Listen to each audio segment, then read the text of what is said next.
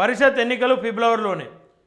పాలక మండలాలు లేక నిలిచిపోయిన 500 కోట్ల కేంద్ర నిధులు. ప్రస్తుత ఆర్థిక సంవత్సరంలోనే ఎన్నికల జరపాల్సిన పరిస్థితి.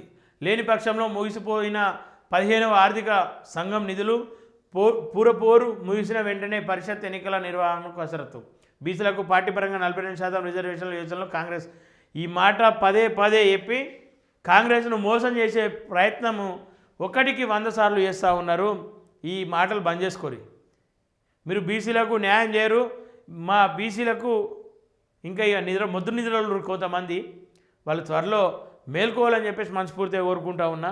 ఇంకా కూడా బీసీలకు న్యాయం చేస్తాం, అది చేస్తాం, ఇది చేస్తామని చెప్పేసి ప్రలోభాలు పెట్టి మా అవసరాలను ఆసరగా తీసుకొని, బీసీల అవసరాలను ఆసరగా తీసుకొని వాళ్ళని పిచ్చోళ్ళని చేయడం తప్ప మరొకటి లేదని చెప్పేసి ఇక్కడ క్లియర్గా అనిపిస్తూ ఉంది. రాష్ట్రంలో మున్సిపల్ ఎన్నికల ప్రక్రియ ప్రారంభం కాకముందే ప్రభుత్వం పరిషత్ ఎన్నికల నిర్వహణ దిశగా కసరత్తు ప్రారంభించింది.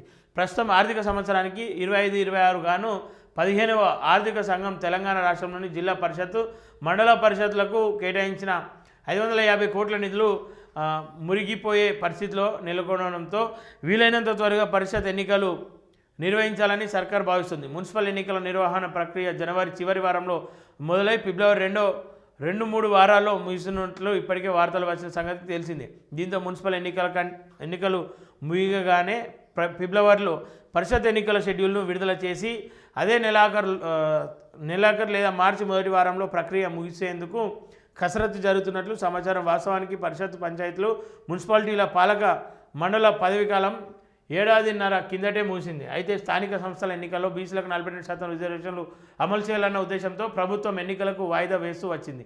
కానీ 15వ ఆర్థిక సంఘం ద్వారా ప్రస్తుత ఆర్థిక సంవత్సరంలో పంచాయతీలు, జిల్లా పరిషత్, మండల పరిషత్లకు రూపాయలు 3,000 కోట్ల మేర నిధులు రావాల్సి ఉంది. ఇందులో పంచాయతీ వాటా 2,450 కోట్లు కాగా జిల్లా పరిషత్లు, మండల పరిషత్లది 550 కోట్లు ఉంది. ఆర్థిక సంఘం నిధులు మురిగిపోవద్దనే పాలక మండలాలు లేకుండా ప్రస్తుత ఆర్థిక సంవత్సరం ముగిసిపోతే కేంద్రం నుంచి 15వ ఆర్థిక సంఘం ద్వారా రావాల్సిన 3,000 కోట్ల నిధులు మురిగిపోయే పరిస్థితి ఏర్పడింది. మరోవైపు 15వ ఆర్థిక సంఘం గడువు ప్రస్తుతం ఆర్థిక సంవత్సరంతో ముగియనుంది. కొత్త ఆర్థిక సంవత్సరం ఏదైతే కేంద్రం నుండి వచ్చేటువంటి బడ్జెట్ ఏదైతే ఉందో అది ఖచ్చితంగా మనం సాధించి తీసుకోవాల్సిందే అని చెప్పేసి భావిస్తున్నట్లు కనిపిస్తూ ఉంది. అది ఎట్టకేలకు రేవంత్ రెడ్డి అయితే ఆ కేంద్రం నుండి వచ్చే నిధులను ఎందుకు వృధా చేసుకోవాలి, ఏదేమైనప్పటికీ ఖచ్చితంగా కసరత్తు చేయాల్సిందే, దానిపైన ఎట్టకేలక ఎన్నికను ముగించాల్సిందే అని చెప్పేసి అయితే పట్టుబట్టి కూర్చున్నట్టయితే కనిపిస్తూ ఉంది. ఏదేమైనప్పటికీ ఖచ్చితంగా ఎన్నికలైతే ఫిబ్రవరి, మార్చి లోపు పూర్తిగా అయిపోతుంది అనే ఆలోచనలు అయితే క్లియర్గా అనిపిస్తూ ఉంది. ఖచ్చితంగా ముగిసే అవకాశం అయితే ఉంది.